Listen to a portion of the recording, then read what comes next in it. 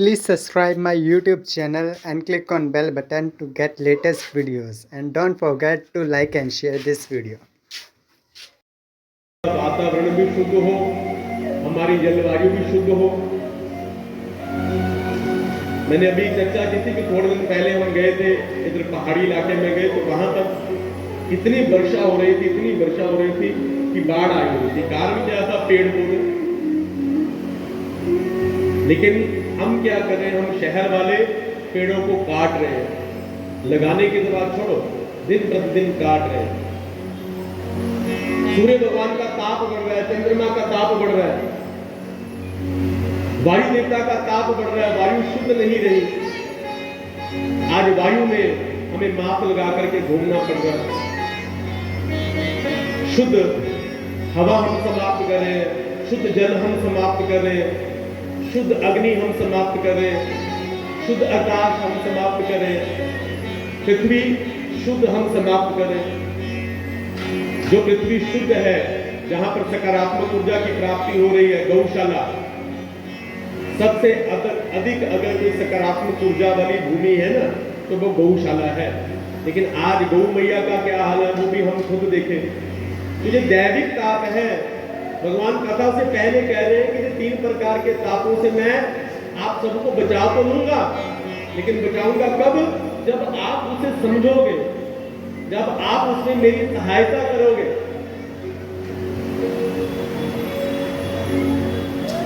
अगर मेहनत ना की जाए ना, बात ध्यान से सुनना, अगर मेहनत ना की जाए तो बंधु हम 4 पत्थर भी इकट्ठे नहीं कर सकते। कर सकते हो? अगर मेहनत करोगे तो एक पत्थर उठाया, दूसरा उठाया, तीसरा उठाया, उठा करके पत्थरों का ढेर भी तभी लगा सकते हैं जब परिश्रम करेंगे। अगर परिश्रम ही नहीं करेंगे तो पत्थर भी इकट्ठे नहीं होंगे। तो लोगों को इकट्ठा करने की बात ही छोड़ दो। हम इतने स्वार्थी हो गए कि हम चाहते हैं कि हमें सब कुछ बढ़िया मिले, लेकिन उस बढ़िया मिलने के लिए हमें भी कुछ करना पड़ेगा। हमें भी वातावरण को शुद्ध रखना पड़ेगा, हमें भी कुछ योगदान देना पड़ेगा। केवल लेना ही ना सीखें, कुछ दे भी, पृथ्वी को दे कुछ।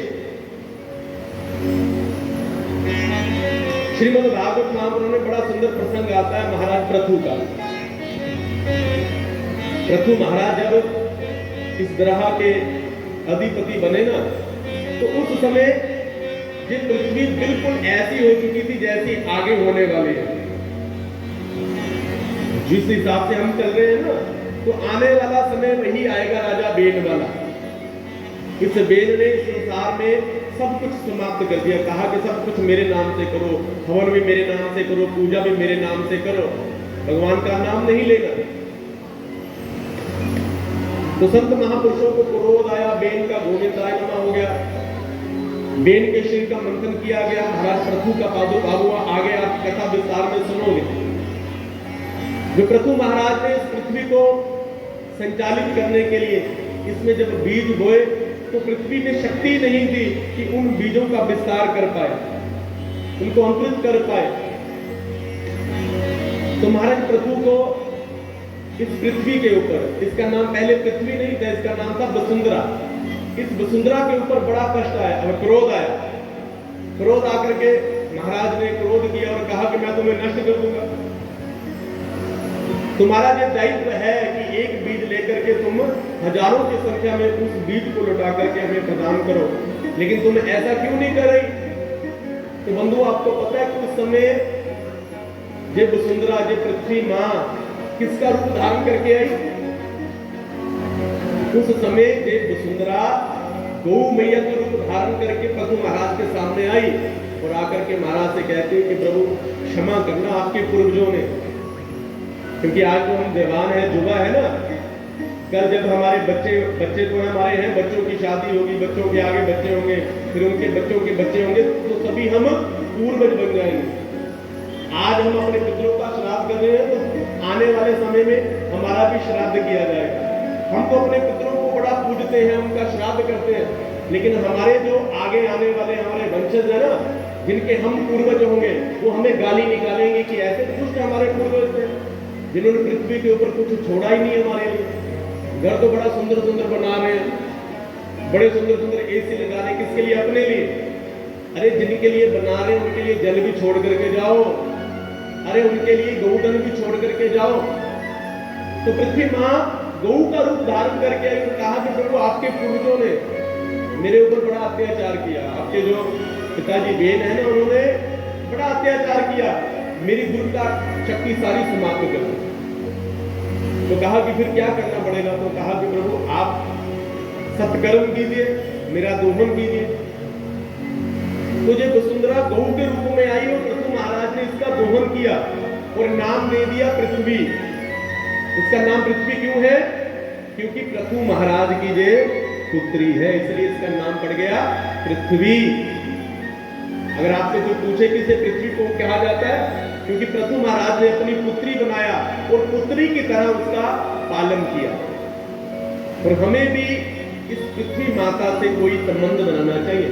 अपनी माँ का संबंध बनाओ या अपनी पुत्री का संबंध बनाओ, उस तरह से इसकी पूरी व्यवस्था करो, इसको मान दो, प्रतिष्ठा दो, इसके ऊपर कोई कष्ट ना आने दो। तभी बंधुओं ये कथाएं आगे चलेंगी। नहीं तो आगे आने वाला समय ना तो कथा रहेगी, ना ही गौ रहेगी, ना ये प्राकृति रहेगी, जल नहीं रहेगा, क्या रहेगा? केवल और केवल व्यथा ही रहेगी। फिर हमें गालियां निकाली जाएंगी कि हमारे पूर्वज जो थे बड़े दुष्ट थे, जिन्होंने हमारे लिए कुछ भी बचा करके नहीं रखा। तो फिर वो भगवान का स्मरण करेंगे, सत्कर्म करेंगे, लेकिन फिर हमारा श्राद्ध नहीं करेंगे कि इन्होंने हमारे लिए किया ही क्या है जो हम इनके लिए कुछ करें। इसलिए बंधुओं, आज भी समय है, अवेयरनेस का समय है। आज हम अवेयर हो जाएं, आज हम सतर्क हो जाएं, आज हम अपने इस कार्य को भगवान से जोड़ें। क्योंकि भगवान, मैं कुछ नहीं कह रहा हूं, ये भगवान की कथा का प्रथम श्लोक ही है जो कह रहा है कि तापत्रय विनाशाय। भगवान कहते तो है तापत्रयों का मैं विनाश कर दूंगा, लेकिन दैहिक, दैविक, भौतिक ताप भी आजकल बढ़ रहा है। ये भूत प्रेत का ताप जो है वो भौतिक ताप है। थोड़ा सा घर में उथल पुथल होती है, बाबा के पास चले जाते हैं, बाबा कहते हैं कि आपके घर में कोई भूत प्रेत है, आपके घर में किसी ने कुछ कर दिया है। तो बंधुओं जी, कौन सा ताप है? ये है भौतिक ताप। इसलिए समय तो हमारे पास लिमिटेड ही है। 9 बजे तक हम भगवान की कथा को श्रवण करेंगे। अगर एक श्लोक की बात करें तो इस पूरे एक श्लोक के ऊपर ही पूरी भागवत हो सकती है। लेकिन थोड़ा थोड़ा ज्ञान अर्जित करते हुए आगे बढ़े। तापत्रय विनाशाय श्री कृष्णाय वयं नमः। तो ऐसे श्री कृष्ण, श्री किसका नाम है?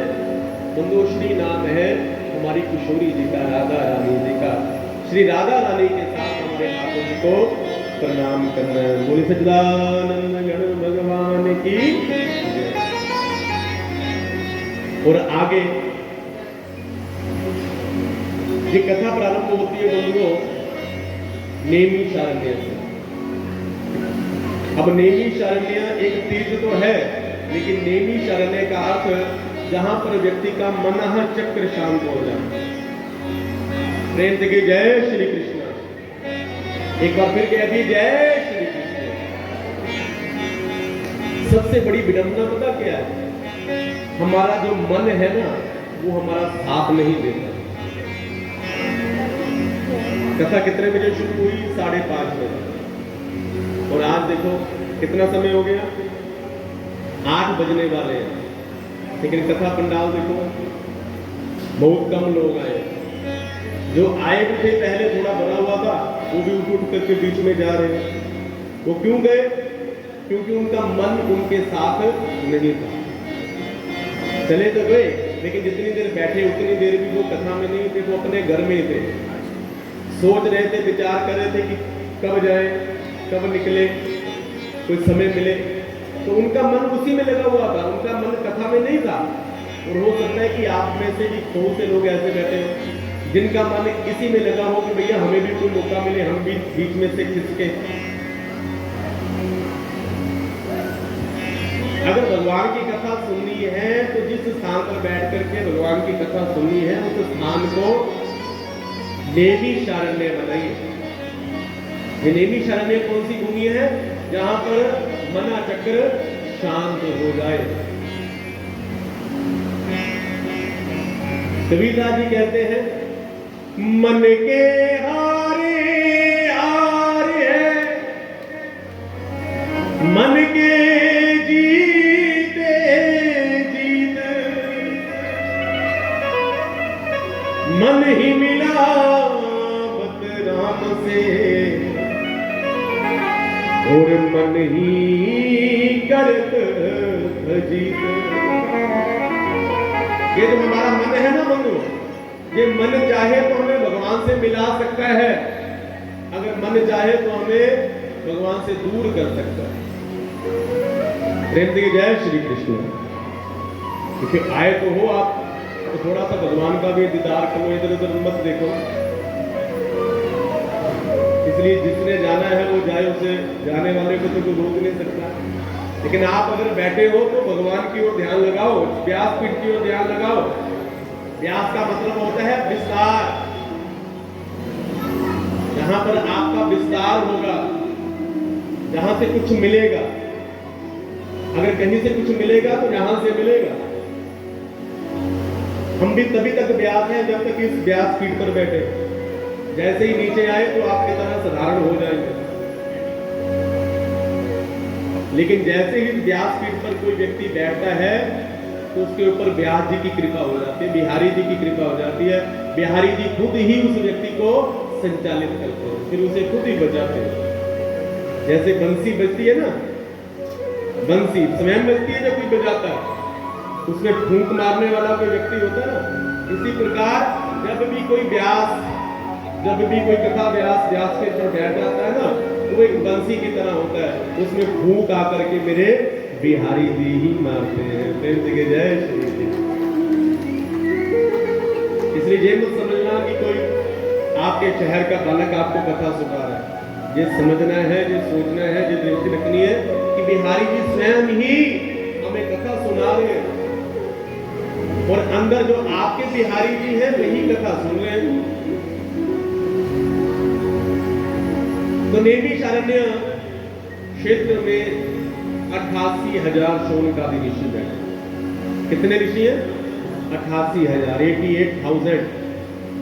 वो सारे के सारे ऋषि जिनका एक ही धर्म है, एक ही कर्म है, भगवान की कथा को कहना, भगवान की कथा को सुनना। हर समय जिनका यही काम है, हर समय भगवान की कथा गाते हैं, भगवान की कथा, भगवान का संकीर्तन करते हैं, हर समय भगवान की कथा में व्यस्त रहते हैं। एक बार इन्होंने एक अनुष्ठान प्रारंभ किया जिसकी अवधि रखी 1000 वर्ष। कितनी अवधि? इस कथा की अवधि कितनी है? केवल 7 दिन, और 8वां दिन राधा अष्टमी का। तो 8 दिन की जो अवधि है, आपको कितने दिन जहां आना है? 8 दिन आना है। और 8 दिनों में आपको ज्यादा समय नहीं लगाना, बस 4 घंटे देने हैं। कितने देने हैं? 4 घंटे। अब 4 घंटे आप एक दिन में समय निकाल करके आइए, केवल 8 दिन। तो 8 दिन में क्या होगा? आपके पूरे जीवन का सार तत्व आपको प्राप्त हो जाएगा। जीवन का सार क्या है बताओ? दूध का सार क्या है? दूध का सार है घी। क्यों घी? क्योंकि घी अंत में प्राप्त होगा। पहले दूध निकलेगा, दूध को जाग लगाओगे, दही बनेगा, दही को मथोगे, छाछ बन जाएगी, और उसमें से मक्खन निकल जाएगा। मक्खन को तपाओगे, घी बन जाएगा। और घी के बाद आगे घी में से कुछ नहीं निकलता। फिर तो घी के आगे उपकरण बनते हैं। घी से आप पूरी निकाल सकते हो, घी से आप और कुछ सब्जी बना सकते हो, कोई पदार्थ बना सकते हो। लेकिन दूध का जो सार है वो घी है। इसी प्रकार हमारे जीवन का सार क्या है? हमारे जीवन का सार है बंधुओं राम। क्या सार है? प्रेम से बोलो राम। जरा जोर से बोलो राम। आप बैठे हो भगवान के मंदिर में, लंका में थोड़ी नहीं बैठे जहां पर राम नाम नहीं गाना, जहां पर कोई जीएसटी नहीं लगेगी। आपसे बोल रहे हैं जीवन का सार क्या है? राम। क्या नाम है? राम। आप कहोगे कैसे? वो तब पता चलेगा जब हम चार बंदों के कंधे पर बैठ लेटे होंगे और पीछे लोग गाएंगे राम नाम सत्य है, गोपाल नाम सत्य है। तो उस समय पीछे लोग गाएंगे राम नाम सत्य है, बेटा तुम्हारे जीवन का सार राम नाम सत्य है, राम नाम सत्य है। और वो आत्मा जिसके पास शरीर नहीं होगा वो सुन तो रही होगी, वो कहेगा कि रे भागो, राम नाम सत्य है, कि मुझे जीते जी बता दिया होता तो मेरा कल्याण हो जाता। अब मेरा शरीर मर चुका है, अब मैं कैसे कल्याण करूंगा? अब उस आत्मा को किसी शरीर में प्रवेश नहीं करने दिया जाता। ब्राह्मण भी पिंडदान करवाते हैं, और अगर किसी को शरीर में प्रवेश कर भी जाए तो लोग बाबों के पास जाकर के धूनी इत्यादि करवा करके उसे शरीर में से बाहर निकलवा देते हैं। तो इसलिए अगर ये शरीर हमें स्वयं भगवान ने दिया है तो फिर राम राम राम बोलो, राम राम राम बनेंगे तेरे बिगड़े काम। राम राम राम